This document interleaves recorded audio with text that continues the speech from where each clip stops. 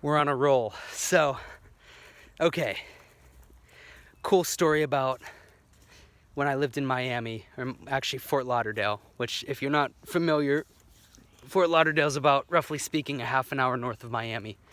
So, in Fort Lauderdale, me and my buddy, and he had known a few DJs and stuff.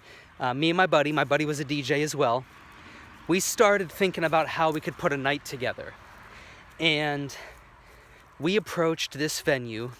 It was right on the beach, but they didn't have a lot going on. They weren't really marketing towards EDM nights. They had a very small DJ booth upstairs, but they had an outside kind of rooftop area. Also small, but nice, very nice. It was small, but it was fixed up. It looked good. It was nice. And, this is a lesson in building something from the ground up, because for about a year, or a little shy of a year, we struggled. I mean, I think there was 5 of us. We were called the Beat Positive Movement, aka BPM. And, we threw a Halloween show that was real tough. Not a lot of people showed up to it at all. It was fun. But here's the thing that is really, I'm trying to get in under 2 minutes.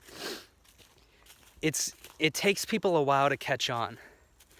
And what I mean by that is that venue went from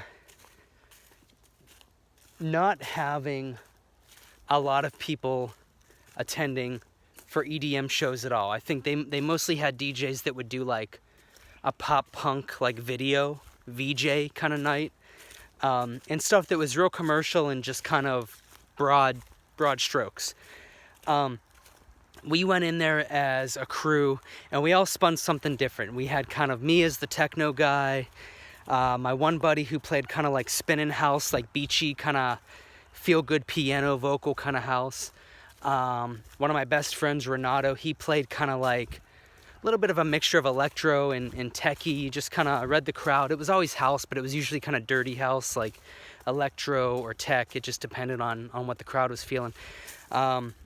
Another guy spun psytrance, and our one guy also spun drum and bass. And for a long time, because there was a core group of drum and bass in Fort Lauderdale, that guy was supported the most out of our crew, pretty much. But then what started to happen was he went back to France, and after about a year, I had moved on to other things. I moved up to the Panhandle. But the cool thing about this was, it was so crazy. Like, now I look back on that, and that was in 2016, and then I moved away in 2017. So in about 4 years, because it's 2020 now, but even before that, in about 3 years, actually, it was way before COVID-19 and kind of all that. In less than 3 years' time, sorry, I hear creepiness in the woods, just making sure I'm okay. In about 3 years' time, that venue had been built up, and now our crew has long been dissolved, but there's other crews that go in there, and because that venue had a name built up that started with us, it really did. It started with us, and even though no one would probably know us from anybody walking down the street, and nobody would know about BPM, Beat Positive Movement, and that crew dissolved, other crews were able to come in